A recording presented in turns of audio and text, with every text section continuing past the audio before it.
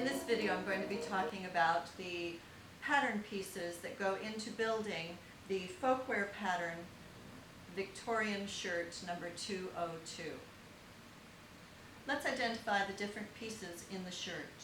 We have the shirt front that has a pleat here into the bottom of the bib. It's here on the chest, that's the bib. There's a horizontal piece here that gets top stitched on to clean finish the raw edges there. The front of the shirt opens, center front with a placket that is stitched on.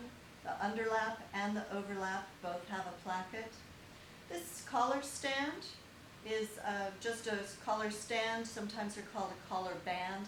It's because there isn't the fall, the actual proper collar on it. It's just that standing up. Here across the shoulders and the back is the shoulder yoke, and the back of the shirt hangs off of that with small tucks here that give movement as the actor wears that. So a word about the word yoke. This is a pattern of the back yoke. This is the back neck, shoulder to shoulder this way. Just want to make sure we all know that yoke is spelled this way. It is not spelled the way an egg yolk is. A yoke is a fitted thing on horses. It's the fitted harness that goes over their neck and shoulders. In patterning, it's a fitted part of the garment, typically a neck or shoulder yoke. Sometimes it's a yoke from the waist to the hip on a skirt. So yoke, yoke. The sleeve comes down, finishes in a barrel cuff, meaning it just goes around like that, creates a barrel. And then this is a tailored placket that I've added into this pattern. It isn't in the original Folkwear, but it provides a good teaching unit for the students, so I had them do this. Next, let's look at the fit points on the shirt, the places where the shirt needs to fit the actor. Starting, most importantly, here at the neck. It needs to be a close fit, but not constricting. Usually about 1 finger's worth of ease in that is a good amount. Next, coming down around the chest, you can see that this shirt has about 6 inches of ease on this side and 6 on the other, so that makes a very nice, comfortable fit, a total of 12 inches. It's a straight cut garment, so it's the same amount of ease at the waist. An important fit point is the shoulders. From the neck to the shoulder point is a place to check when we are doing our patterning, and where the shoulder ends and the sleeve end starts here, this armhole seam is a style choice. In the 18th century, for example, the armhole seam was 2 or 3, sometimes 4 inches down past this shoulder break. So that is a style choice that your designer will help you determine what that is. Across the back, shoulder point on this side to the neck and across to the other shoulder point. This is a crucial fit point that we will check once we start the patterning process. Similarly, 5 inches down from the neck across the back is a fit point that we will check when we are patterning. In the front, it is 3 inches down, and this is a place when we're patterning that we will check to make sure that there's a fit and a good amount of ease in there.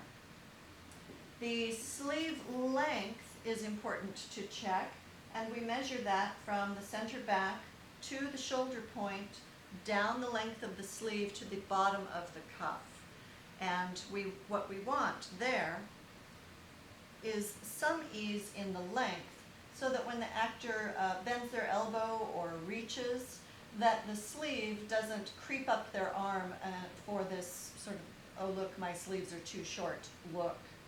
So we'll pattern in some extra length there when we're doing our patterning in a subsequent video. So next, let's look at how how these shirt components translate into the flat pattern.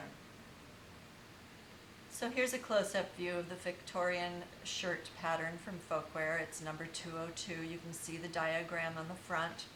On the back is a diagram of the back view. And there are also a sizing chart, fabric yardage to buy, and suggested fabrics that you might purchase.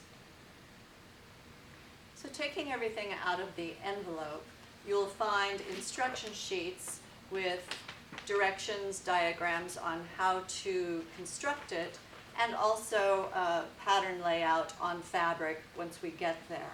But now I want to talk about the pattern itself. For this pattern, Folkwear Patterns prints many sizes in this one pattern, which is terrific. So here you see we have a medium yoke that fits on the back of the neck and goes shoulder to shoulder across the back. Here is a small, there's a large, an extra large, and an extra small here. So this is terrific. We have many options to check to see what our shoulder to shoulder width is, and if one of these is going to fit us better than another. On other pattern pieces, for example, the back and the front, in order to conserve paper, Folkwear Patterns prints many sizes on the same pattern piece. So here is the line that you would cut for extra small and then down the side seam. And here is the small that goes here, you'd cut here. This is to conserve paper, and it's a great technique. And so this is what the pattern looks like once you've determined what size you're using and have cut it out of that large, all printed on one piece of paper.